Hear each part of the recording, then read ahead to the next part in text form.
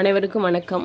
Unit 9 அதாவது பழைய சிலபஸில் யூனிட் 9ன்னு சொல்லிட்டு ஒரு டாபிக் இருந்துச்சு இல்லையா? அதில் இடஒதுக்கீட்டு கொள்கைக்கான நியாயங்களும் சமூக வளங்களை பெறும் வாய்ப்புகளும் அப்படின்ற ஒரு டாபிக் பார்க்க போகிறோம். இப்போ நம்மளுக்கு யூனிட் 9 மெர்ஜ் பண்ணி வச்சுருக்காங்க. ஓகேவா? ஒரு யூனிட்டோட அதில் தான் இந்த கொஷின் கேட்பாங்க. இப்பயும் பார்த்தீங்க அப்படின்னா இந்தியாவில் இடஒதுக்கீடு பற்றி நம்ம எப்படிலாம் இருக்குது அப்படின்னு இந்த வீடியோவில் தெரிஞ்சுக்க போகிறோம். ரிசர்வேஷன் பற்றி கண்டிப்பாக கொஷின்ஸ் ப்ரிலிம்ஸ் மெயின்ஸ் ரெண்டுத்துலேயுமே ரொம்ப அதிகமாக கேட்பாங்க. அதனால் ரொம்ப முக்கியமான ஒரு வீடியோ. இடஒதுக்கீடு அப்படின்னா என்ன அப்படின்னு சொல்லி ஃபஸ்ட்டு பார்க்குறோம். நம்மளோட நாட்டில் இடஒதுக்கீடு ஏன் உருவாச்சு அப்படின்னா இந்தியாவோட பழமையான சாதி அமைப்பு தான் அதுக்கு காரணம் அப்படின்னு சொல்கிறாங்க. எளிமையான வேர்டில் அதை சொல்லணும் அப்படின்னா அரசாங்க வேலைகள் மற்றும் கல்வி நிறுவனங்கள், சட்டமன்றங்கள் இதில் ஒரு குறிப்பிட்ட சாதியினருக்கான இடங்களை அவங்களுக்கு ஈஸியாக அணுகிறதுக்கான வழிமுறைகளை செய்கிறதுக்கு பேர் தான் இடஒதுக்கீடு அப்படின்னு சொல்கிறோம். அதாவது ஒரு 100 இடம் இருக்குது அப்படின்னா ஒரு எக்ஸாம்லையா, அதாவது ஒரு எஜுகேஷன் டிபார்ட்மெண்ட்லையா இருக்கட்டும், இல்லை ஒரு சட்டமன்றமாக இருக்கட்டும், இல்லை ஒரு அரசாங்க வேலையாக இருக்கட்டும், 100 இடம் இருக்குது அப்படின்னு வச்சுக்கோங்களேன். அந்த 100 இடத்துல ஒரு 40 இடத்த நான் யாரோ ஒருத்தவங்களுக்காக ஒதுக்கி வச்சுருக்கேன். அந்த 40 இடத்துல யாருமே என்ன பண்ணக்கூடாது, நான் ஒதுக்குனவங்களை தவிர மற்றவங்க வந்துடக்கூடாது அப்படின்றது தான் ரிசர்வேஷன் அப்படின்னு சொல்கிறோம். ஓகேவா? இப்போ நம்ம பஸ்ஸில் போயிட்டு இருக்கோம் அப்படின்னு வச்சுக்கோங்களேன். முன்னாடியே நம்ம ஒருத்தவங்களுக்கு சீட்டு போட்டு வைப்போம். அந்த சீட்டில் நம்மளுக்கு யாரை பிடிக்குமோ அவங்கள மட்டும்தான், அதாவது நம்ம யாருக்காக சீட்டு போட்டோமோ அவங்க மட்டும்தான் வரணும் அப்படின்னு நம்ம சொல்கிறோம் இல்லையா? அந்த மாதிரி சீட்டை ஒருத்தவங்களுக்காக ஒதுக்கி வைக்கிறதுக்கு பேர் தான் ரிசர்வேஷன் அப்படின்னு சொல்கிறோம். இது எதுலெல்லாம் பண்ணுவாங்க அப்படின்னா அரசாங்க வேலை, கல்வி நிறுவனங்கள் மற்றும் சட்டமன்றங்கள் அப்படின்னும்பொழுது நம்மளுக்கு என்ன இருக்குது, நாடாளுமன்றம், பாராளுமன்றம், உள்ளாட்சி அமைப்புகள் எல்லாத்துலேயுமே கூட நம்ம இதை சேர்த்துக்கலாம். ஓகேவா? அப்போது இந்த பிரிவுகளில் ஜாதி அடையாளத்தின் காரணமாக வரலாற்று ரீதியான அநீதிகளை எதிர்கொண்ட ஒரு குறிப்பிட்ட சிலர்களுக்கு தான் நேர்மையான பாகுபாடு கொடுக்கறது தான் ரிசர்வேஷன் அப்படின்னு சொல்கிறோம். அதாவது என்னென்னா அவங்க பல நூற்றாண்டு காலமாக என்ன பண்ணியிருப்பாங்க அப்படின்னா அடிமைத்தனத்தில் சிக்கி அவங்க என்ன பண்ணியிருப்பாங்க, அவங்களுக்கு எந்த ஒரு நல்ல விஷயங்களுமே கிடச்சிருக்காது, எந்த ஒரு ப்ரிவிலேஜுமே அவங்க அனுபவிச்சிருக்க மாட்டாங்க. அவங்களுக்கான ஒரு நேர்மறையான பாகுபாடு தான் இது இருக்குது அப்படின்னு சொல்கிறாங்க. ஓகேவா? இந்த வேர்ட்லாம் ரொம்ப ரொம்ப ரொம்ப முக்கியம். சமூக அநீதியை எதிர்கொண்ட மக்களுக்கு என்ன கொடுக்குறாங்க, நேர்மறையான பாகுபாட்டை கொடுக்கறது தான் ரிசர்வேஷன் அப்படின்னு சொல்கிறோம். ரிசர்வேஷனுக்கான வரலாற்று பின்னணி என்ன இருக்குது அப்படின்னு பார்க்கலாம். 1882 வில்லியம் ஹண்டர், ஜோதிராவ் பூலே 2 பேரும் சாதி அடிப்படையிலான இடஒதுக்கீடு வேணும் அப்படின்னு ஃபஸ்ட்டு அந்த கருத்தை உருவாக்கியிருக்காங்க. ஓகேவா? இப்போது 1882 யார், வில்லியம் ஹண்டரும் ஜோதிராவ் பூலே, மகாத்மான்னு சொல்லுவோம் இல்லையா, அவங்க 2 பேரும் சேர்ந்து இடஒதுக்கீடு, அதாவது சாதி முறையில் இடஒதுக்கீடு அப்படின்ற ஒரு கருத்தை உருவாக்கியிருக்காங்க. இன்றைக்கி இருக்கிற இடஒதுக்கீட்டு முறை அப்படின்னு பார்க்கும்பொழுது 1933 பிரிட்டிஷ் அரசாங்கம் கொண்டு வந்த ராம்சே மெக்டொனால்டோட வகுப்புவாத விருதை அறிமுகப்படுத்தின மாதிரி தான் இருக்குது அப்படின்னு சொல்கிறோம். அதாவது ஃபஸ்ட்டு இன்றைக்கி இருக்கிற அந்த ரிசர்வேஷன் பாலிசி வர்றதுக்கு காரணம் என்ன அப்படின்னா வகுப்புவாத விருது, கம்யூனிவல் அவார்டு அப்படின்னு சொல்லுவாங்க. எப்போ கொடுத்தாங்க? 1933 பிரிட்டிஷோட பிரதமராக இருந்தவர் ராம்சே மெக்டொனால்ட், அவர் கொடுத்தது தான் இந்த ரிசர்வேஷனோட முன்னோடி அப்படின்னு சொல்கிறோம். இந்த விருது என்ன பண்ணுச்சு, இந்த கம்யூனிவல் அவார்டு என்ன பண்ணுச்சு அப்படின்னா 1933 ராம்சே மெக்டொனால்டு கொடுத்தார் இல்லையா, அதில் முஸ்லீம்கள், சீக்கியர்கள், இந்திய கிறிஸ்துவர்கள், ஆங்கிலோ இந்தியர்கள், ஐரோப்பியர்கள், தலித்துகள் இவங்க எல்லாருக்குமே தனி வாக்காளர்களுக்கு, அதாவது செப்பரேட் எலக்ட்ரேட்டுக்கு ஏற்பாடு பண்ணியிருந்தாங்க. நீண்ட பேச்சுவார்த்தைக்கு அப்புறம் காந்தி என்ன பண்ணியிருப்பார், இவ்வளோலாம் செட் ஆகாது, இந்த மாதிரி இந்தியா பிரித்து ஆள்ற சூழ்ச்சி அப்படின்னு சொல்லி இதுக்காக அவர் என்ன பண்ணார், உண்ணாவிரதெல்லாம் இருந்து காந்தியும் அம்பேத்கரும் சேர்ந்து பூனா ஒப்பந்தத்தில் கையெழுத்து போட்டாங்க. அங்கே சில இடஒதுக்கீடுகளோட இந்து வாக்காளர்கள் இருக்கணும் அப்படின்னு அவங்க முடிவு பண்ணாங்க. அதாவது நம்மளுக்கு 3வது வட்டமேஜை மாநாடு நடந்திருக்கும் இல்லையா, அந்த வட்டமேஜை மாநாட்டில் பார்த்தீங்க அப்படின்னா அம்பேத்கர் போய் கலந்துருக்கும்போது அவர் என்ன பண்ணியிருப்பார் அப்படின்னா, அதாவது தாழ்த்தப்பட்ட மக்களுக்கு வந்து இடஒதுக்கீடு தனி எலக்ட்ரேட் வேணும் அப்படின்னு சொல்லி கேட்டிருப்பாரு. அதையும் வந்து கொடுத்துருப்பாங்க. அதுதான் வந்து நம்ம வகுப்புவாத விருது அப்படின்னு சொல்லுவோம். அதை எதிர்த்து காந்தி என்ன பண்ணுவார், உண்ணாவிரதம் இருந்து இது வந்து அவங்கள வந்து தனியாக பிரித்து இந்தியாவை வந்து பிரிக்கிற ஒரு சூழ்ச்சி ஆகிடும் அப்படின்னு சொல்லிட்டு வந்து என்ன பண்ணியிருப்பாரு அப்படின்னா ஒத்துக்க மாட்டார். அதனால் உண்ணாவிரதம் இருந்து அவங்க 2 பேரும் சம்மதமாகி பூனா ஒப்பந்தத்தில் கையெழுத்து போடுவாங்க. அப்போது தனி தொகுதி அப்படின்னு இல்லாமல் அவங்களுக்கு என்ன பண்ணுவாங்க அப்படின்னா இருக்கிற தொகுதிகளில் அவங்களுக்கு ரிசர்வேஷன் அப்படின்றது கொடுத்துருப்பாங்க. சரியா? சுதந்திரத்துக்கு பின்னாடி ஆரம்பத்தில் இடஒதுக்கீடு வந்து SC STக்கு மட்டும்தான் இருந்துச்சு. அதாவது ஷெட்யூல்டு காஸ்ட் மற்றும் ஷெட்யூல்டு ட்ரைபுக்கு மட்டும்தான் வந்து இருந்துச்சு. அதுக்கப்புறமா மண்டல் கமிஷனோட பரிந்துரைகளின்படி 1991 இடஒதுக்கீட்டில் OBC அப்படின்னு சொல்கிற அதர் பேக்வேர்டு கிளாஸும் சேர்த்துக்கிட்டாங்க. சரியா? அப்போ அதர் பேக்வேர்டு கிளாஸ் வந்து எப்போ சேர்த்தாங்க அப்படின்னு பார்த்தீங்கன்னா 1991 யாரோட பரிந்துரை, மண்டல் கமிஷனோட பரிந்துரையில் அப்படின்னு சொல்கிறோம். OBC அப்படின்னும்பொழுது சென்ட்ரல் கவர்மெண்ட்டில் வரும். சரியா? ஸ்டேட் கவர்மெண்ட்டு நம்ம தனியாக படிப்போம். அடுத்ததான் மண்டல் கமிஷனோட பரிந்துரையில் தானே வந்துச்சு, அதை வந்து பார்க்கலாம். அரசு அமைப்போட 340வது பிரிவில் அதிகாரங்களை பயன்படுத்தி BP மண்டலோட தலைமையில் 1978 டிசம்பரில் OBC கமிஷனை வந்து நியமனம் பண்ணியிருப்பார் அப்போ இருந்த ஜனாதிபதி. ஓகேவா?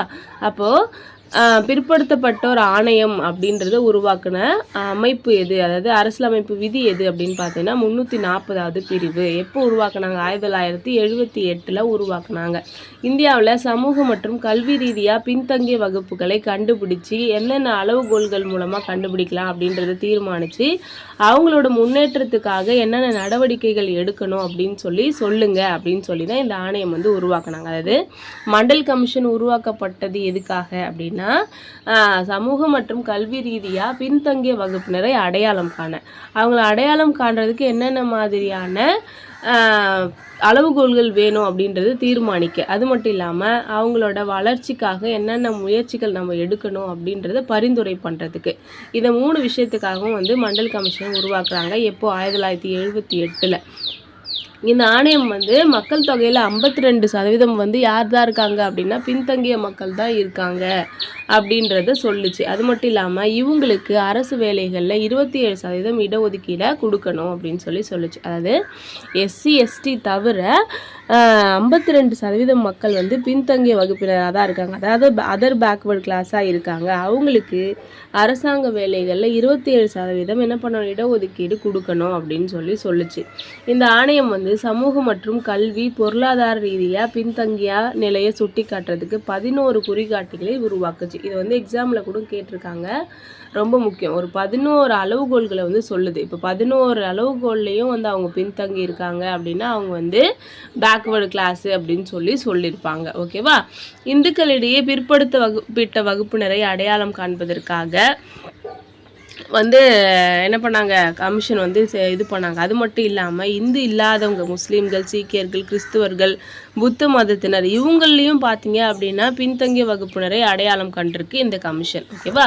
வெறுமனே இந்துக்களில் மட்டும்தான் OBC இருக்காங்களா அப்படின்னு பார்த்தா இல்லை. அதர் கம்யூனிட்டி அப்படின்னு அதர் ரிலீஜியஸில் இருக்க முஸ்லீமு, சீக்கியர்கள், கிறிஸ்துவர்கள், புத்த மதத்தினர் இவங்களையுமே பார்த்தீங்கன்னா OBC வந்து இருக்காங்க, பேக்வர்ட் கிளாஸஸ் வந்து இருக்காங்க அப்படின்னு சொல்கிறாங்க. அப்போ இது அகில இந்திய பிற்படுத்தப்பட்ட வகுப்புகள் OBCயில் மொத்தம் எத்தனை ஜாதி இருக்குது அப்படின்னா 3743 ஜாதிகள் இருக்குது இந்திய அளவில் அப்படின்னு சொல்கிறாங்க. அதில் 2108 ஜாதிகள் மிகவும் தாழ்த்தப்பட்ட அல்லது தாழ்த்தப்பட்ட பின்தங்கிய வகுப்புகள் அப்படின்னு சொல்லியிருக்காங்க. ஓகேவா? அப்போ OBC அப்படின்னு பார்க்கும்பொழுது நம்மளுக்கு 3743, அதில் MBC அப்படின்னு சொல்லுவோம் இல்லையா, அது 2108 ஜாதிகள் அப்படின்றது இருக்குது.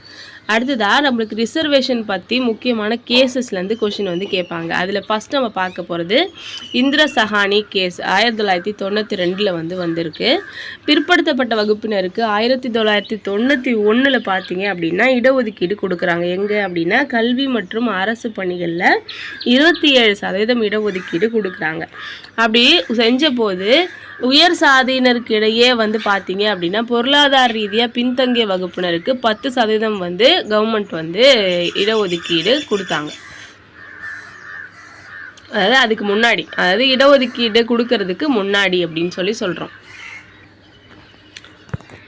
மறுபடியும் சொல்கிறேன் பாருங்கள். 1991 வந்து நம்மளுக்கு மண்டல் கமிஷனோட பரிந்துரைகளை ஏற்றுக்கும் பொழுது ஃபஸ்ட்டு என்ன பண்ணாங்க அப்படின்னா, ஓபிசிக்கு வந்து பார்த்தீங்கன்னா, அதாவது பின்தங்கிய வகுப்பினருக்கு வந்து பார்த்தீங்க அப்படின்னா 27% இடஒதுக்கீடு கொடுத்தாங்க. அப்புறம் ஃபார்வேர்டு கட்சி இருப்பாங்க இல்லையா, முன்னேறிய வகுப்பினர், அவங்களில் பார்த்தீங்க அப்படின்னா பொருளாதார ரீதியாக, அதாவது கஷ்டப்படுற மக்களுக்கு தனியாக வந்து 10% இடஒதுக்கீடு வந்து கொடுத்தாங்க. ஓகேவா?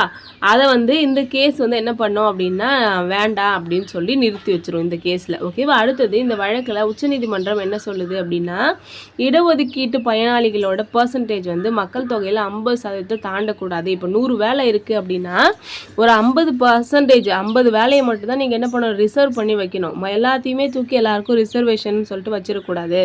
50% தாண்டக்கூடாது அப்படின்றது இன்னொரு தீர்ப்பு வந்து சொன்னாங்க. அடுத்ததாக கிரீமி லேயர் அப்படின்ற ஒரு கருத்தை வந்து இந்த தீர்ப்பின் மூலமாக தான் சொல்லியிருக்காங்க. அதாவது பின்தங்கிய வகுப்பினருக்கான இடஒதுக்கீடு பார்த்தீங்க அப்படின்னா ஆரம்ப கால நியமனங்களுக்கு மட்டும்தான் இருக்கணும். இப்போ ஒருத்தவங்க எக்ஸாமு ஃபஸ்ட் டைம் அப்ளை பண்ணுறாங்க, எழுதுகிறாங்க அப்படின்னா அப்போ மட்டும்தான் ரிசர்வேஷன் பண்ணணும்.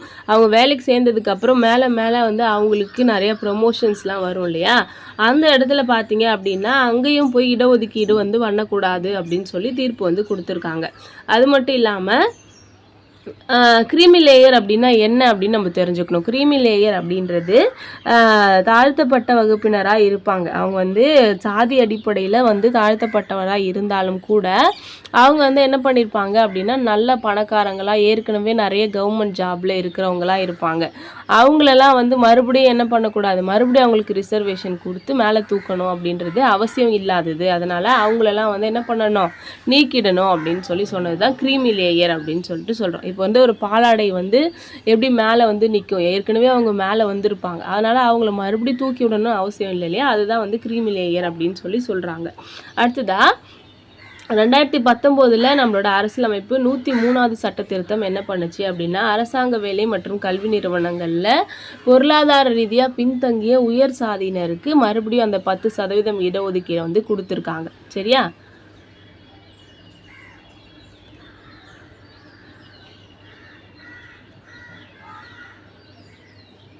இந்த சட்டத்தில் என்ன பண்ணியிருப்பாங்க, 103வது சட்ட திருத்தத்தில் வந்து ஆர்டிகிள் 15, 16 வந்து திருத்திருப்பாங்க. இதில் பார்த்தீங்க அப்படின்னா நம்மளுக்கு எக்கனாமிக்கலி வீக்கர் செக்ஷனுக்கு 10% இடஒதுக்கீடு கொடுத்ததுனால நம்மளுக்கு இந்த 50% மீறக்கூடாது அப்படின்னு வந்து சுப்ரீம் கோர்ட் வந்து ஒன்று வச்சாங்க இல்லையா, அந்த சீலிங் லிமிட்டு, அதை வந்து நம்ம இப்போ தாண்டிட்டோம் அப்படின்னு சொல்லியிருக்காங்க. இந்தியாவில் இடஒதுக்கீட்டு சம்மந்தமாக இருக்கிற ஆர்டிகிள்ஸ், அதாவது அரசியலமைப்பு விதிகள் என்னென்ன இருக்குது அப்படின்னு சொல்லி பார்க்குறோம். ஆர்டிக்கிள் 16 என்ன சொல்லுது அப்படின்னு பார்த்தீங்கன்னா, மத்திய மற்றும் மாநில சட்டமன்றங்களில் எஸ்சி எஸ்டிக்கு இடஒதுக்கீடு கொடுக்கறது சம்மந்தமாக வந்து சொல்லியிருக்காங்க. ஓகேவா? அரசியலமைப்போட 15ல் 4, 16ல் 4 இது ரெண்டும் என்ன சொல்லுது அப்படின்னா, எஸ்சி எஸ்டி உறுப்பினர்களுக்கு அரசு வேலைகளில் என்ன பண்ணணும் அப்படின்னா இடஒதுக்கீடு கொடுக்கணும், மத்திய அரசுக்கும் சரி மாநில அரசுக்கும் அப்படின்னு சொல்லி. அடுத்ததாக ஆர்டிக்கிள் அரசியலமைப்பு சட்ட திருத்தம் 77வது திருத்தம் 1995 வந்துச்சு. இதில் என்ன சொல்லியிருப்பாங்க அப்படின்னா, அரசாங்கத்திற்கு பதவி உயர்வு வழங்குறதுக்கான இடஒதுக்கீட்டை வழங்குறதுக்காக ஆர்டிக்கிள் 16ல் பிரிவு 14A அப்படின்னு சொல்லி 4A மாற்றி கொடுத்துருக்காங்க, 4A அப்படின்றத சேர்த்துருப்பாங்க. ஓகேவா? இடஒதுக்கீடு வழங்குவதன் மூலம் பதவி உயர்வு பெற்ற எஸ்சி எஸ்டி வகுப்பினருக்கு பதவி உயர்வு வழங்குவதற்காக அரசியலமைப்பின் விதி உட்பிரிவு 14A வந்து மாற்றிருப்பாங்க 2001. இது வந்து என்ன சட்ட திருத்தம் அப்படின்னா 85வது சட்ட திருத்தம் அப்படின்னு சொல்லியிருக்காங்க. அடுத்ததாக அரசியலமைப்போட 81வது சட்ட திருத்தம் 2000 வந்தது. இதில் வந்து 16(4)B அப்படின்றத சேர்த்தாங்க. இதுக்கு அடுத்த வருஷம் எஸ்சி எஸ்டி நிறுவனங்களுக்கு ஒதுக்கப்பட்ட 1 வருஷத்துக்கு நிரப்பப்படாத காலி பணியிடங்களை நிரப்புறதுக்கு அரசுக்கு ஹெல்ப் பண்ணுச்சு. அப்போ மொத்த காலி பணியிடங்களோட எண்ணிக்கையில் 50% இடஒதுக்கீட்டு வரம்பை வந்து இந்த சட்ட திருத்தம் வந்து ரத்து செஞ்சுது அப்படின்னு சொல்கிறாங்க. அதாவது போன வருஷம் எக்ஸாமுக்கு வந்திருக்கும் இல்லையா, அப்போ வந்து கால்ஃபரில் வந்து எஸ்சி எஸ்டிக்குன்னு சொல்லிட்டு ஒரு 10 இடத்த ஒதுக்கியிருப்பாங்க. ஆனால் அந்த இடத்துக்கு யாருமே போட்டி போட்டிருக்க மாட்டாங்க. அப்போ என்ன பண்ணுவாங்க, அடுத்த வருஷம் அதை வந்து மறுபடியும் வந்து ரிசர்வ் பண்ணிவிட்டு இந்த வருஷத்துக்கான ரிசர்வேஷனும் வச்சுருப்பாங்க. அப்போ அது என்னவாயிடும், போன வருஷம் ஒரு 10, இந்த வருஷம் ஒரு 10, 20 ஆகிடும். அப்போ 50 தாண்டி போயிடும் சீலிங் லிமிட்டை அப்படின்னு சொல்லியிருக்காங்க. அடுத்தது ஆர்டிகல் 330 மற்றும் 332 இது என்ன சொல்லுது அப்படின்னா, பார்லிமெண்ட்லையும் மாநில சட்டமன்றங்கள்லையும் எஸ்சி எஸ்டிக்கு இடம் ஒதுக்கிறத பற்றி சொல்லுது. அவங்களுக்கு பிரதிநிதித்துவம் கொடுக்கறதுக்காக இந்த 2 ஆர்டிக்கல் வந்து இருக்குது. அது மட்டும் இல்லாமல் நம்மளுக்கு உள்ளாட்சி அமைப்புகளில் 243D மற்றும் 243T இது என்ன சொல்லுது அப்படின்னு பார்த்தீங்கன்னா, 243D என்ன சொல்லுது அப்படின்னா, ஒரு கிராம பஞ்சாயத்திலும் எஸ்சி எஸ்டிக்கு இடஒதுக்கீடு கொடுக்கணும் அப்படின்னு சொல்லுது. பிரிவு 243T என்ன சொல்லுது, நகராட்சியில் எஸ்சி எஸ்டிக்கு இடஒதுக்கீடு வழங்கணும் அப்படின்னு சொல்லுது. அதுக்கப்புறம் ஆர்டிக்கல் 335 என்ன சொல்லுது அப்படின்னா, எஸ்சிக்கள் மற்றும் எஸ்டிக்களோட கூற்றுகள் நிர்வாகத்தோட செயல்திறனை பராமரிப்பதன் மூலம் அரசியலமைப்பில் கவனம் கொள்ளப்படும் அப்படின்னு சொல்லியிருக்காங்களாம். அதுக்கப்புறம் இடஒதுக்கீடு தொடர்பாக நீதித்துறை ஆய்வுகள் என்னென்ன இருக்குது அப்படின்னு பார்த்தீங்கன்னா, ஃபஸ்ட்டு வந்து மெட்ராஸ் வெர்சஸ் செண்பகம் துரைராஜன் கேஸ், மெட்ராஸ் மாநிலம் மற்றும் செண்பகம் துரைராஜன் கேஸ். இது வந்து 1951 வந்துச்சு. ஃபஸ்ட்டு சட்ட திருத்தம் உருவாக்குறதுக்கு காரணமான ஒரு கேஸ்ன்னு சொல்லிட்டு இதை சொல்கிறோம். ஓகேவா? உச்சநீதிமன்றத்தோட முதல் முக்கிய தீர்ப்பாக இந்த தீர்ப்பு வந்து இருந்துச்சு. ஏன்னா உச்சநீதிமன்றம் உருவாக்குனதுக்கப்புறம் வந்த முதல் ஒரு கேஸாக வந்து முக்கியமான ஒரு கேஸாக இருக்கும். இதுதான் வந்து அரசியலமைப்போட முதல் சட்ட திருத்தத்துக்கு வந்து காரணமாக இருந்துச்சு. இந்த வழக்கில் உச்சநீதிமன்றம் என்ன சொல்லுச்சு அப்படின்றத பார்க்கலாம். மாநிலத்தின் கீழ் வேலைவாய்ப்பு வழக்கில் பிரிவு 16(4) பின்தங்கிய வகுப்பு குடிமக்களுக்கு ஆதரவாக இடஒதுக்கீடு அளிக்கும் பொழுது 15வது பிரிவில் அத்தகைய ஏற்பாடு எதுவும் செய்யலை. இந்த வழக்கில் உச்சநீதிமன்றம் உத்தரவுக்கு இணங்க பார்லிமெண்ட்டு 15லையும் பிரிவு 4 அப்படின்றத சேர்த்துருப்பாங்க. அதாவது வேலைவாய்ப்பு 16வது ஆர்டிக்கல் என்ன சொல்லுது அப்படின்னா, 16ல் 4 என்ன சொல்லுது அப்படின்னா, பின்தங்கிய வகுப்பினருக்கு வந்து என்ன பண்ணணும், வேலை வாய்ப்புலையும் கல்வியிலையும் வந்து இடம் வந்து கொடுக்கணும் அப்படின்றத சொல்லும். ஆனால் 15வது ஆர்டிக்கல் என்ன சொல்லும், ஒருத்தவங்களோட ஜாதி, மதம், இனம், மொழி, கலாச்சாரம், நிறம் அது சம்மந்தமாக எந்தவித பாகுபாடும் காட்டக்கூடாது அப்படின்னு சொல்லும். அப்போது நீங்கள் ரிசர்வேஷன் கொடுக்கறது வந்து ஒரு பாகுபாடு தானே அப்படின்னு சொல்லி கேஸ் போட்டிருப்பாங்க. அப்போது 16ல் 4 இருக்கிற மாதிரியே 15ல் 4 அப்படின்றத சேர்த்துருப்பாங்க. என்ன சொல்லியிருப்பாங்க அப்படின்னா, நேர்மறையான பாகுபாடுகள் அப்படின்றத காட்டலாம் அப்படின்னு சொல்லியிருப்பாங்க. அடுத்ததாக Indira Sawhney versus union of India case வந்து 1992. இதில் என்ன பண்ணியிருப்பாங்க அப்படின்னா, ஆர்டிகிள் 16ல் 4 வந்து மறுபடியும் என்ன பண்ணியிருப்பாங்க, ஆய்வு செஞ்சுருப்பாங்க. ஓபிசிகளில்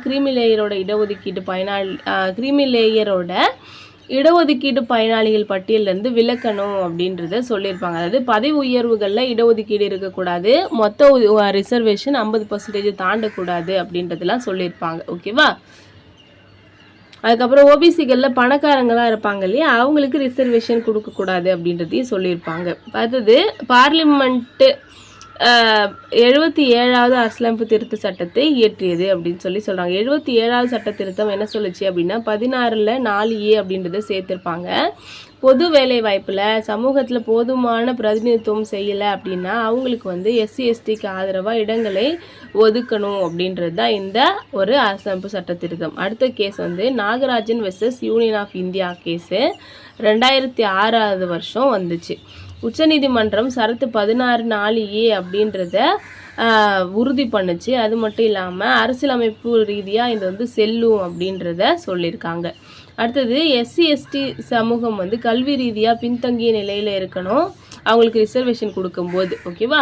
அது மட்டும் இல்லாமல் போதுமான அளவு அவங்களுக்கு பிரதிநிதித்துவம் இல்லாமல் இருக்கணும். அப்போ தான் வந்து என்ன பண்ண முடியும், ரிசர்வேஷன் கொடுக்கணும் அப்படின்னு சொல்கிறோம். ஓகேவா? இந்த மாதிரி ரிசர்வேஷன் கொடுக்கும்பொழுது நிர்வாகத்தோட ஒட்டுமொத்த செயல்திறன் பாதிக்காது அப்படின்னு சொல்லியிருக்காங்க. 2018ல் ஜர்னைல் சிங், லட்சுமி நரேன் குப்தா இந்த கேஸில் பார்த்தீங்க அப்படின்னா பதவி உயர்வுகளில் இடஒதுக்கீடு பட்டியல் சாதியினர், பட்டியல் பழங்குடியினர், பின்தங்கிய நிலை குறித்து அளவுடையக்கூடிய தரவுகளை சேகரிக்க மாநிலத்திற்கு தேவையில்லை அப்படின்னு சொல்லி உச்சநீதிமன்றம் வந்து சொல்லியிருக்கு. அதே மாதிரி கிரீமிலேயர் விலக்கு SC/STக்கு நீட்டிக்கப்படுகிறது.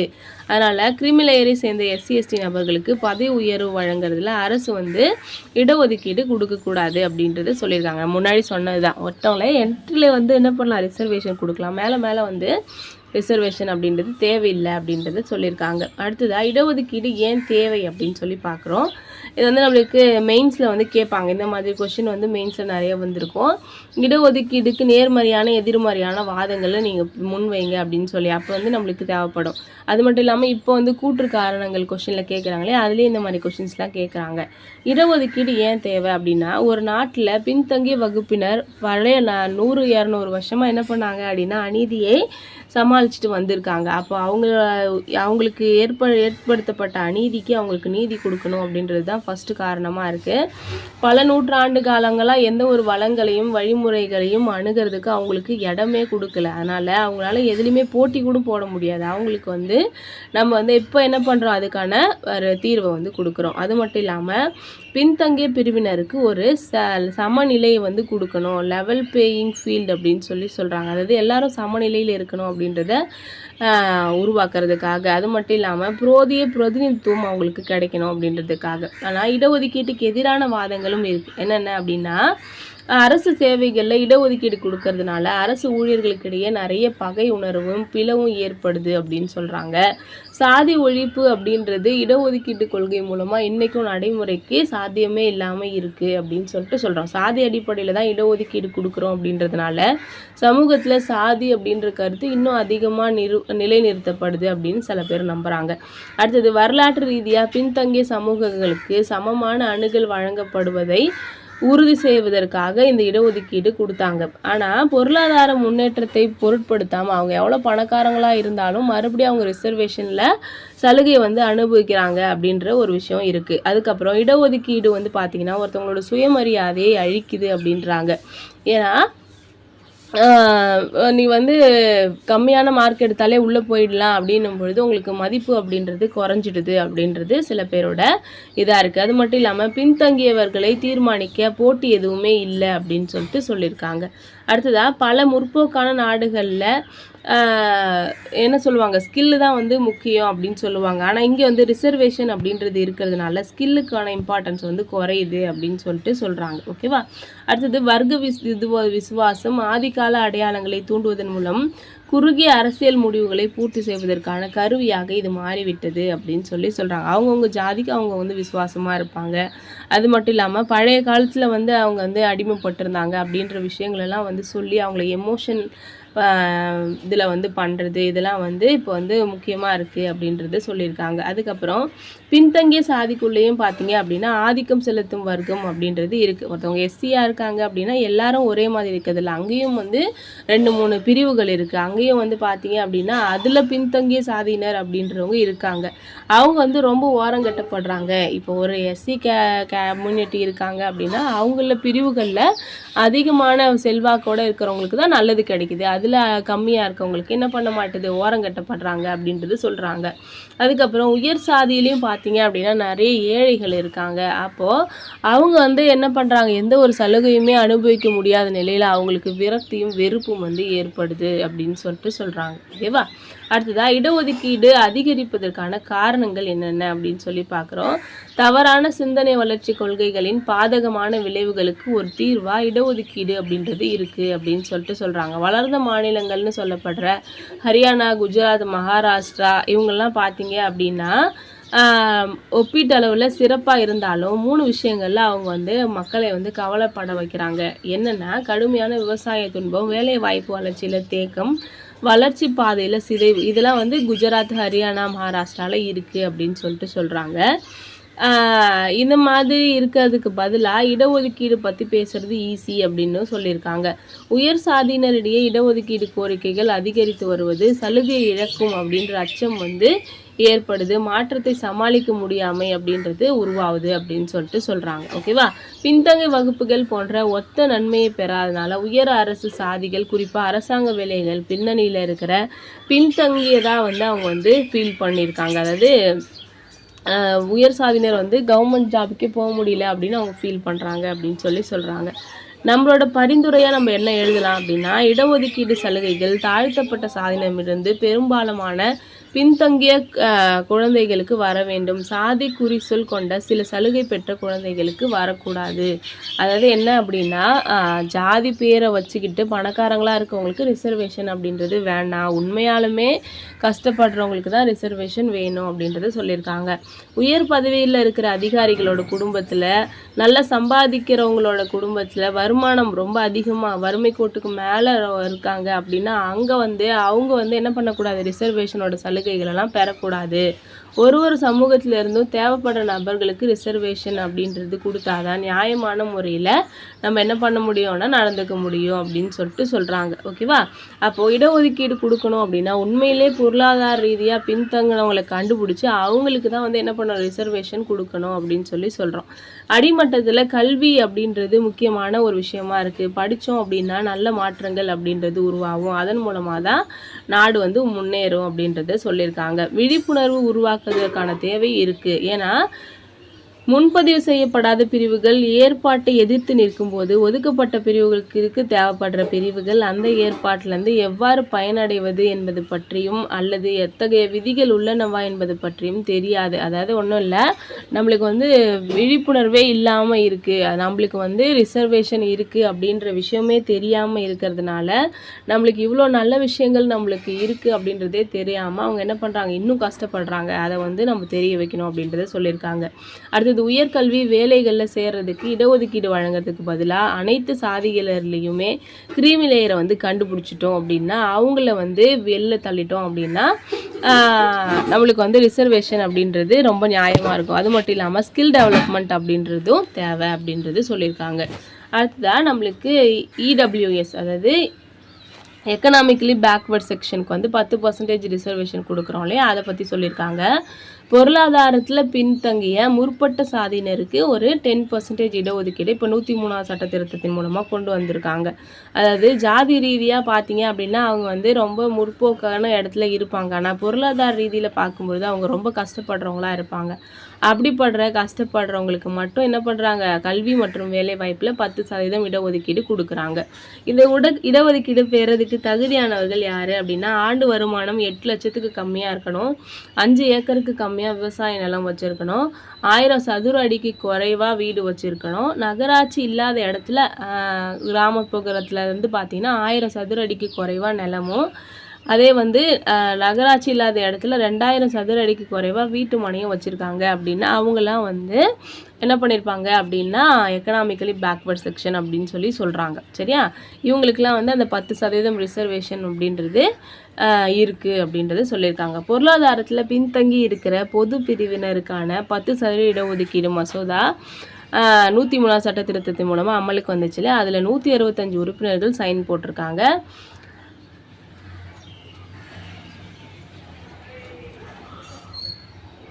ஃபஸ்ட்டு வந்து நம்மளுக்கு மாநிலங்களவையில் தான் அந்த மசோதா தாக்கல் பண்ணப்பட்டது. அங்கே 165 பேர் வந்து சைன் பண்ணி மக்களவைக்கு அனுப்பியிருக்காங்க. அங்கே 323 பேர் வந்து சைன் பண்ணியிருக்காங்க. இதுக்கப்புறம் மசோதா மீது வாக்கெடுப்பு நடந்துச்சு. அதுலேயும் 165 உறுப்பினர்கள் ஆதரவு தெரிவித்தாங்க, 7 உறுப்பினர்கள் எதிர்ப்பு தெரிவித்தாங்க. அதனால் மாநிலங்களவையில் என்ன பண்ணுச்சு, அமலுக்கு வந்துடுச்சு. இதை அடுத்து மசோதா சட்டமாக்கி குடியரசுத் தலைவர் வந்து ஒப்புதல் கொடுத்துறாரு அப்படின்னு சொல்கிறாங்க. ஃபஸ்ட்டு அறிமுகப்படுத்தின மாநிலம் வந்து பார்த்திங்கன்னா குஜராத். அது வந்து கேட்பாங்க, பொது பிரிவில் பொருளாதாரத்தில் பின்தங்கியவருக்கு 10% இடஒதுக்கீடு வழங்குற சட்டம் குஜராத்தில் தான் ஃபஸ்ட்டு அமலுக்கு வந்துச்சு அப்படின்னு சொல்கிறாங்க. இந்த இடஒதுக்கீடு பார்த்தீங்கன்னா மாநிலத்துக்கு மாநிலம் மாறுபடும் அப்படின்னு சொல்கிறாங்க. ஒரு அரசு துறைகளில், மத்திய அரசு துறைகளில் 50%க்கு மிகாமல் வந்து இடஒதுக்கீடு அப்படின்றது கொடுத்துட்டு வந்திருக்காங்க அப்படின்றதே சொல்லியிருக்காங்க. குஜராத் வந்து பார்த்தீங்க அப்படின்னா பொது பிரிவில் 10% இடஒதுக்கீடு வந்து அமல்படுத்தப்படும் அப்படின்னு அவங்களோட முதலமைச்சராக இருந்த விஜய் ரூபானி அறிவிச்சிருந்தார். இதன் மூலமாக குஜராத்தோட மொத்த இடஒதுக்கீடு 59.5% அதிகரிச்சிருக்கு அப்படின்றத சொல்லியிருக்காங்க. இடஒதுக்கீடு வந்து 50% தாண்டக்கூடாது அப்படின்னு தீர்ப்பு அளித்ததுனால குஜராத்தில் இப்போ வரைக்கும் 49.5% இடஒதுக்கீடு இருந்துச்சு. இப்போது 10% இடஒதுக்கீடு இடபிள்யூஎஸ் கொடுத்ததுனால அது என்னவாயிடுச்சு 59% மாறிடுச்சு அப்படின்றத சொல்லியிருக்காங்க. சரியா, நெக்ஸ்ட் வீடியோவில் பார்க்கலாம். நெக்ஸ்ட் வீடியோவில் நம்மளுக்கு சமூக நீதியும் சமூக நல்லிணக்கமும் சமூக பொருளாதார மேம்பாட்டின் மூலாதாரங்கள் அப்படின்ற டாபிக் வந்து பார்க்குறோம். அதுலேயும் நிறைய கொஷின் வந்து கேட்குறாங்க. தேங்க்யூ.